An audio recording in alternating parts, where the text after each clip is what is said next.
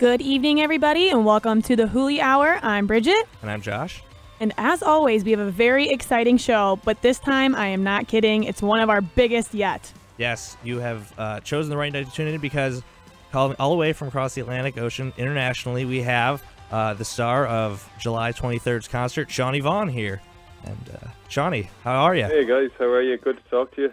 Oh, thank you so much for calling in. We are so excited. We've been promoting your concert for the past couple of weeks. We cannot wait for you to get over here to Cleveland.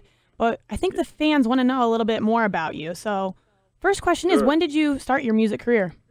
Well, I suppose properly, in 2010 we decided to take the show on the road, if you like, and try and make a go of this music professionally, which me and my band had kind of been playing in our garage for a while, for want of a better expression.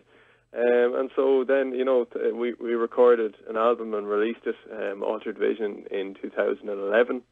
And it was very well received here in Ireland. So, we said, okay, right, let's go again. Mm-hmm. So up to between 2011 and 2015, now where we are, I suppose that was the point where we were recording a second album, Redemption, and touring the album.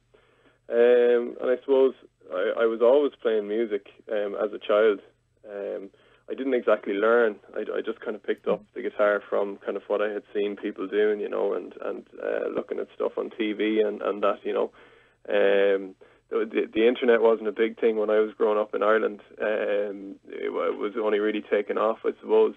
So there was no kind of chance to go on the internet and look for chords or tabs. So it was just a matter of looking and seeing what people were doing and trying out different things. And I suppose that's kind of benefited me in the long run, since I started doing this professionally.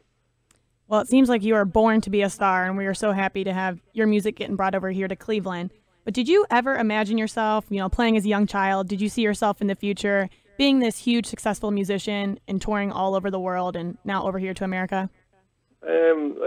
I suppose, I would always have a belief in what I'm doing, I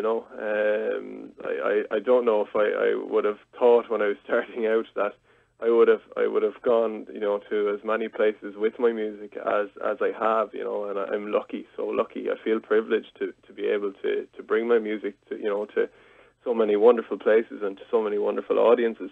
But I suppose I would be a positive person in terms of, the sky is the limit, and maybe that's something, that has carried Irish people, along for many, many generations, and I suppose kind of maybe that's something that's just inbuilt in us.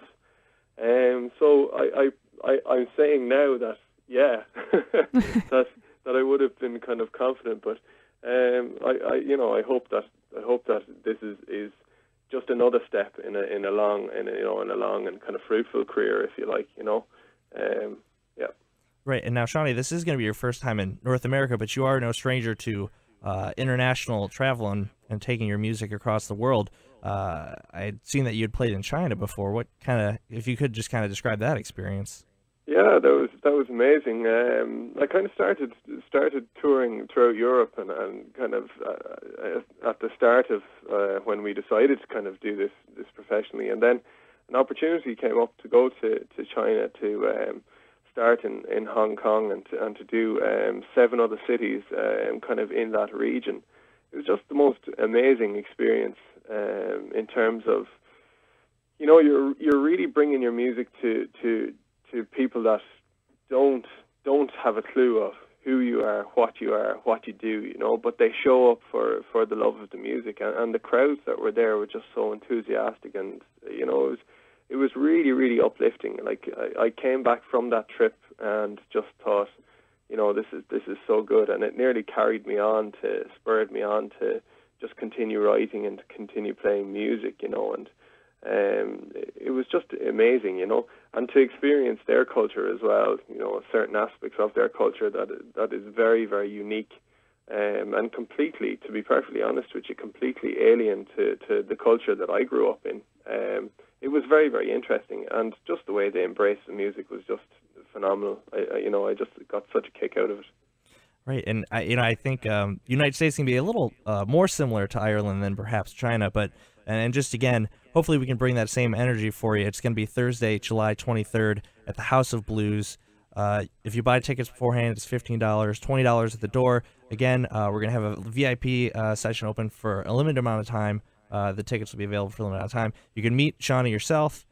Bridget and I will be there. We'll also have local act Mary's Lane, who's going to be opening. But let's kind of go into just what to expect as far as the music. I know that you just released your second album to critical acclaim, Redemption. If you can kind of just briefly explain that new album and kind of how it differs from your first album. Sure, yeah. Well, the first thing I will say is that I'm absolutely, delighted to be in the House of Blues on the 23rd of July. Really looking forward to playing there and playing in Cleveland and to bring in energy there myself, and I hope that will you guys will get that on the night, but I'm sure you will. The second album, Redemption, it's a lot different from the first album. The first album was Altered Vision, and it was they were the first songs that I had ever written on Altered Vision.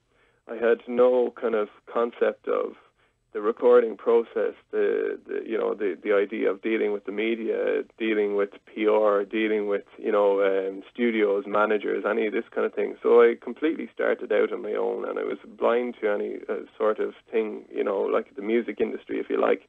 I kind of had an idea of what I wanted to do. I had a goal, and I wanted to pursue it. And I suppose that's kind of part of my personality, really, is that I when I see something I wanted, I go for it, Redemption is much different. It's a much more considered album in terms of there's certainly a rawness there, and I don't mean that kind of in any kind of loose way. I mean that it's a deliberate kind of a rawness there. There's emotion through some of the songs that is kind of if you like.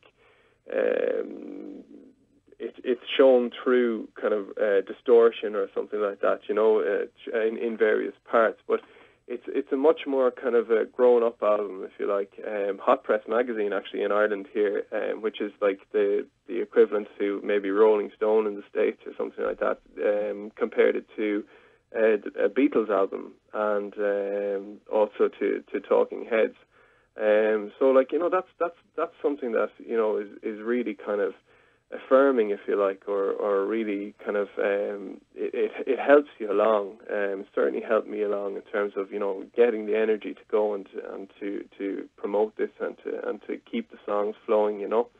There's a lot of there's a good mix in Redemption. There's slow sort of love songs there. There's also kind of social commentary songs, like the likes of Culture and I Fall Down and stuff like that. It's an album that Redemption, I'm very, very proud of.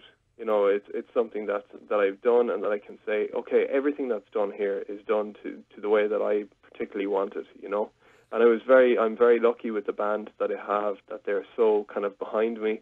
They kind of see the energy that I have, and that they're right with me on this album, Right, and I mean, it sounds like it really comes through, because when you say the Beatles and the Talking Heads and considered albums, I mean, you talk about the work that the Beatles did in the studio, and every single choice. I mean, they pioneered studio, just the way that albums are recorded. I mean, to get a comparison like that, it sounds like it's exactly what you're going Huge through, accomplishment, and I mean, it shines through. It really does. Yeah, well, I'm obviously absolutely delighted. Like when I read that, I was just absolutely, gobsmacked, and I just couldn't, I was thinking to myself, okay, this is good. This is where I want to go,